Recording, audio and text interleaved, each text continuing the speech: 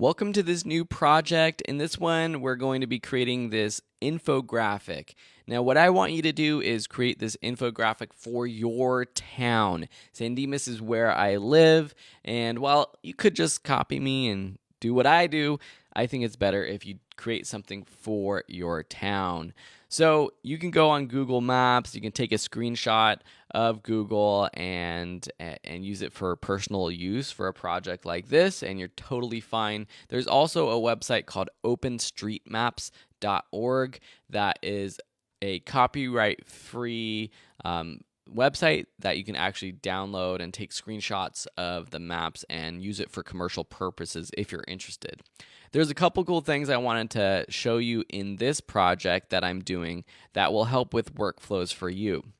One is that I have this this layer right here with these colors. I think I just searched for 80s neon colors on Google and found this image, and I brought it in, and it's not in an artboard. I just placed it to the outside of an artboard.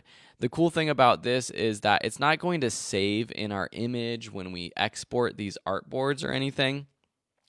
It will be here if we want to use it as a reference for selecting colors.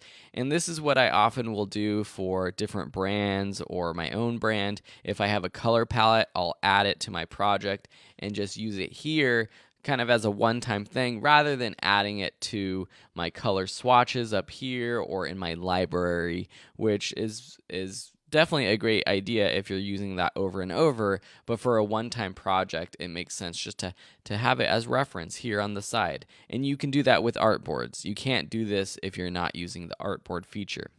All right, so let's get into it. This is pretty easy, but there's a couple other things that I think you'll be excited to learn. So there's two things that I'm doing with this this map layer. One is it is the sort of background layer. It's very faint in the background over here, but let's just create a solid color. We're going to use this blue right here, and you can see that, that's our blue now. Let's actually move this over to the right-hand side of this artboard so we can see it. Now, this Google map, we're going to copy this layer, Command-J, just to create a copy.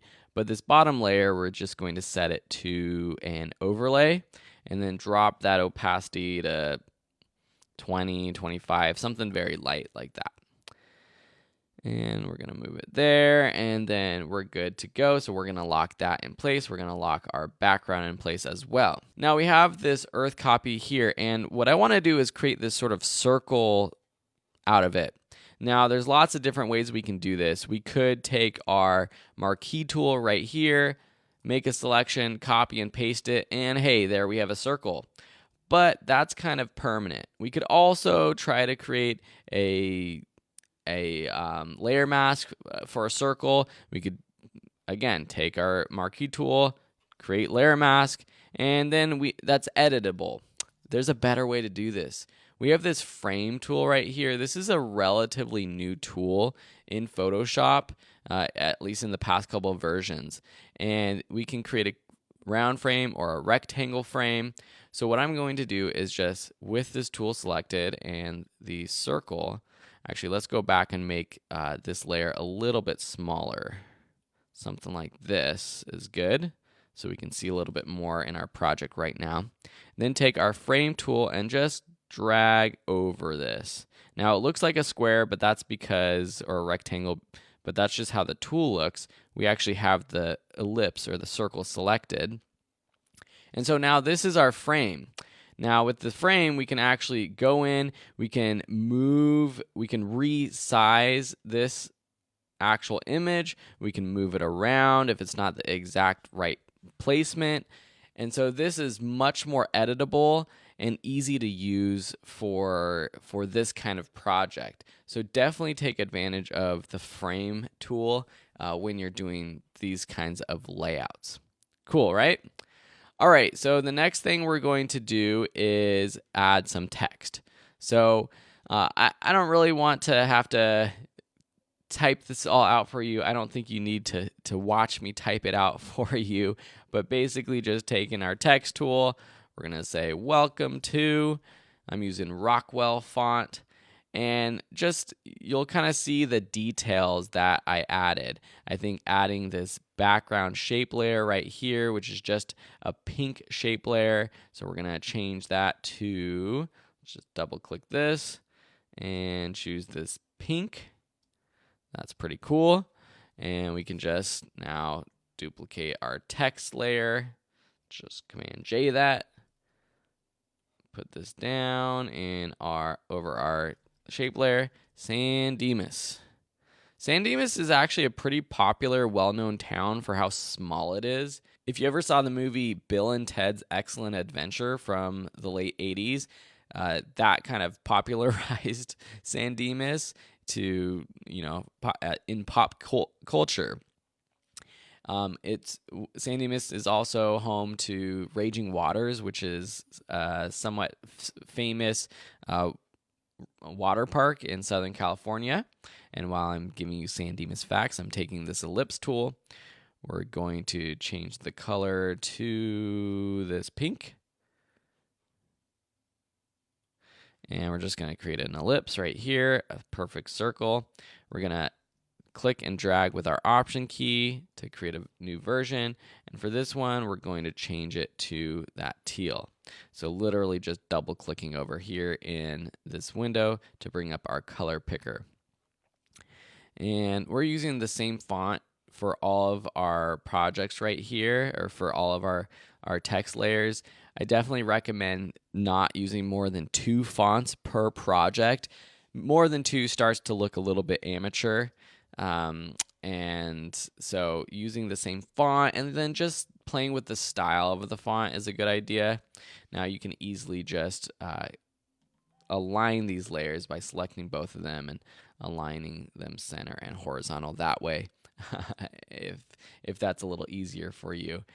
But anyways, yeah, so San Dimas, we've got Raging Waters, and then also the Ataris were a popular band in the early 2000s, back in the pop punk era, and they are from San Dimas. They went to San Dimas High School, and they wrote a song called San Dimas High School Football Rules. So pretty cool stuff there. All right, the next thing we want to do is create this map pin. So there's a couple things that you need to keep in mind for this. We're going to create our little dot with our ellipse tool. So take our ellipse tool, we're going to make our fill, our yellow that we used, and our stroke. Now the yellow is this one right here that I'm using, and we're just going to create a little circle.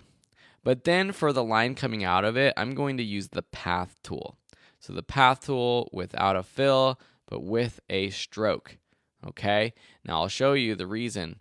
Oops, that was changing that layer. Let's go to the path tool. Let's just create our path, and then we'll adjust our settings. Boop. Let's change our fill to none. Let's change our stroke here. And the weight, you can change it however you want. Now, the reason we do this is because now if we say we group these together, put them in a group as pin, and we want to add another pin. So let's duplicate this group, Command J that group, move it around. Whoops, we want to actually auto select group. So we can select this group and move it over. Boop, boop, boop. But if we want to now make this line a little bit longer, we're going to go back and we could use the path tool to adjust this, okay? So we're going to command click this point of the path, and now we can move it. And it keeps the width of the path the same, which is this stroke width, and it doesn't affect anything else. Now, just to show you what would happen if I take a rectangle tool and did it with a rectangle, which is maybe what some people would do. Let's undo that. So if we're off of here, let's take our rectangle tool. Let's create a little line like so. Now, say we rotate this. We have it like this, and then we want to make it bigger or smaller. You notice that the whole line gets thicker or not as or skinnier depending on how big you make it. So using the path tool really is the pen tool is really the best tool for creating those kinds of lines if you're going to be making them longer or shorter for a project like this. So I think I'm going to leave it at that. You kind of know, you know how this works. For this text, I used a text box. And in terms of just creating a good looking infographic, things to keep in mind is just having that color palette, using the color palette throughout. You can see here down here that I highlight a couple words with the same color that I used for these circles. And so it's really important for you to be cohesive and think about those things. Simplicity is usually better, so fewer fonts, fewer colors. That's going to make your graphics look even better.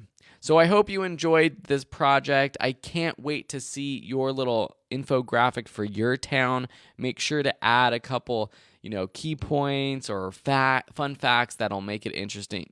And definitely tag me on social media with this one. Thanks so much, and we'll see you in the next lesson.